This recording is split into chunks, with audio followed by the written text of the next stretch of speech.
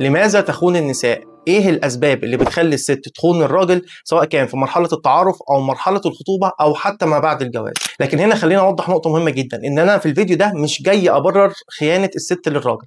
مفيش اي حاجه بتبرر مبدا الخيانه عامه سواء كان للستات او للرجاله، فما بالك بالراجل اللي بتبقى الخيانه عليه اصعب بكتير جدا من الست. لان على عكس ما كل الناس بتعتقد ان مشكله الخيانه ان احنا بنتصدم في الشخص اللي قدامنا، الموضوع اكبر من كده بكتير. الخيانه مشكلتها الحقيقيه في ان احنا بنبتدي نشك في نفسنا، سواء كان ان احنا مش كافيين للشخص اللي قدامنا او بنبتدي نشك في تقييمنا للامور.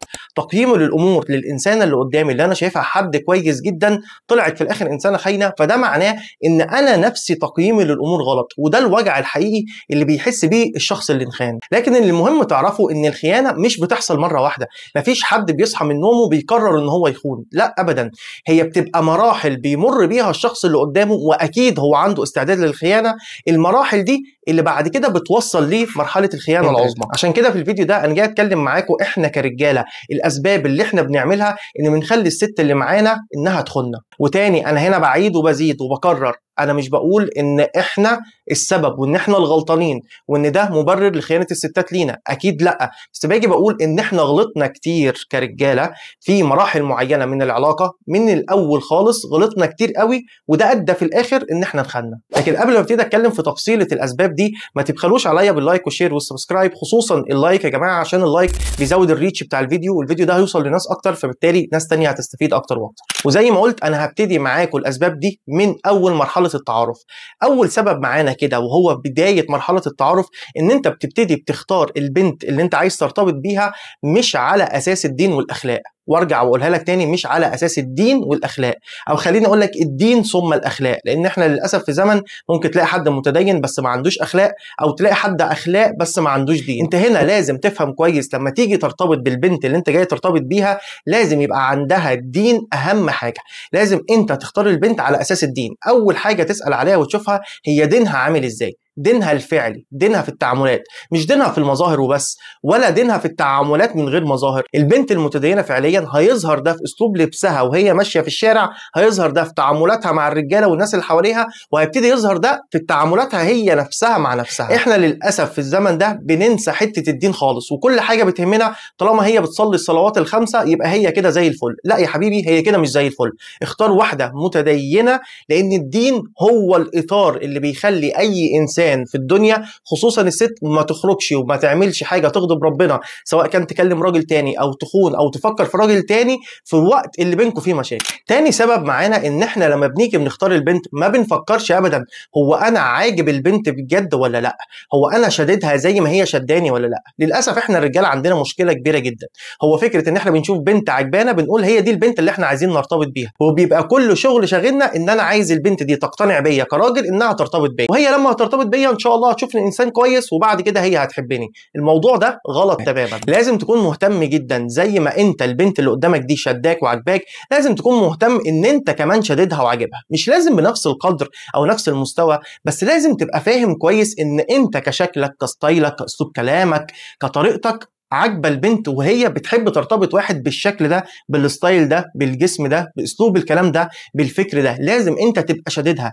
لكن ارجع اقول احنا للاسف ما بيهمناش غير نفسنا. فاحنا لما بنرتبط ببنت وكل همنا ان احنا البنت دي عجبانا وان احنا عايزين نرتبط بيها، انت ممكن تكون انت مش عاجبها خالص، لكن هي مرتبطه بيك عشان تاخد منك مزايا تانية، عشان هي حياتها وحشه، عشان هي حياتها معاك هتبقى احسن، عشان انت وضعك المادي كويس، عشان ايا كان الحاجه اللي انت هتقدمها لها. هي مش مرتبطه بيك عشان انت عاجبها وشددها كشخص، هي مرتبطه بيك عشان المزايا وبس، لكن انت كشخص ولا فارق معاها. بالعكس، يمكن انت اساسا الشكل بتاعك ده هي ما بتحبوش خالص. ده بيوصل لايه في الاخر؟ ده بيوصل لفكره برضه ان هي اول ما بتتحط في موقف يكون في شاب شددها او عاجبها، مع طبعا نقص الدين والاخلاق بتبتدي تضعف هنا، خصوصا لو كان الشاب ده ذكي او كان الشاب ده لبق او كان بيعرف يتعامل معاها كويس. ساعتها البنت هنا بتبتدي تضعف حرفيا، وممكن ده يؤدي لقدام لفكره الخيانه. اما السبب الثالث بقى وهو سبب غريب جدا، وللاسف خليني اقول لك 99% من الرجاله ما بيعرفوش السبب ده، وهي فكره ان احنا ما بنحطش الخطوط الحمراء والحدود بتاعتنا واحنا ما بنعرفهاش للبنت اللي قدامنا. هشرح لك يعني ايه. يعني انت ممكن ترتبط ببنت هي متدينه جدا واخلاقها عاليه جدا، وفي نفس الوقت انت كشاب شديدها وشكلك عاجبها جدا، لكن انت وانت بتتعامل معاها مش حاطط خطوط واضحه، مش حاطط لها خطوط وحدود هي ما ينفعش تتخطاها. ده مع الوقت بيؤدي لايه؟ ده مع الوقت يا جماعه، لان ده فكره هنا نفس بشريه، مش معناها ان هي انسانه سيئه. للاسف ده الواقع اللي احنا عايشينه، انك انت كل واحد انت ما عرفتوش حدوده ايه هو هيبتدي يتمادى. وزي ما احنا بنقول كده في مصر، المثل المصري سكتنا له دخل، انتوا عارفين بايه، دخل بحمار بالظبط كده. فانت لو انت ما حطيتش حدود واضحه للبنت اللي انت معاها في علاقه، هي ايه اللي هيحصل بالوقت؟ مع الوقت هتبتدي هي تحس ان انا عندي حريه اتصرف بالطريقه اللي انا عايزاها، بالشكل اللي انا عايزه، بالطريقه اللي هي تناسبني انا، بعيدا عن اي حاجه، لان مفيش حاجه انا بقولها هو بيعترض عليها. فبالتالي الموضوع ده مع الوقت ممكن جدا تاني تتعرض لضغوط، سواء كان ضغوط الحياه، ايا كانت هي ايه ضغوط الحياه، سواء كان ضغط مادي، مشاكل زوجيه، سواء كان مشاكل مع الاولاد، سواء كان مشاكل في الشغل، ايا كان نوع الضغوط اللي هي بتمر بيها، ممكن جدا تبتدي تضعف لانها نفس بشريه، ومش هتحمل هم اي حاجه منك انت في التصرف بتاعك او في رده فعلك. وده بسبب انها شايفه منك طول عمرها ان انت مش حاطط لها خطوط حمراء، ان انت مش موضح لها ايه هي الحدود بتاعتك اللي هي ما ينفعش تتخطاها. اما النقطه الرابعه بقى واللي هي ليها علاقه بالنقطه الثالثه، ان هو حتى لو انت وضحت لها كويس ايه هي الحدود بتاعتها اللي هي ما ينفعش تتخطاها، ما ينفعش تخرج براها، لما هي بتتخطى الحدود دي ما بتشوفش منك رد فعل مناسبه تتناسب مع حجم الغلط بتاعها. للاسف كلنا كبشر، سواء كان على فكره رجاله او ستات، بس انا في الفيديو ده بتكلم على الستات، يعني سواء كان كرجاله او ستات، اي حد فينا لما احنا بنغلط بنبقى متخيلين ان اللي قدامنا هيتصرف تصرف معين، وبنلاقيه او احنا بنتصدم ان هو عدى الموضوع عادي، او الموضوع ما طلعش بالمشكله الكبيره اللي انا كنت متخيلها او بالطريقه اللي هو وضحها لي. ساعتها اللي بيحصل ساعتها طبيعي جدا انا بفهم ان انا اقدر اعيد الموقف ده اكتر من مره، لان اللي قدامي ما تصرفش بالتصرف اللي هو يتناسب مع حجم الغلط بتاعي. وارجع واقول تاني، ده يا جماعه مش معناه ان هي انسانه سيئه ولا حاجه، دي نفس بشريه.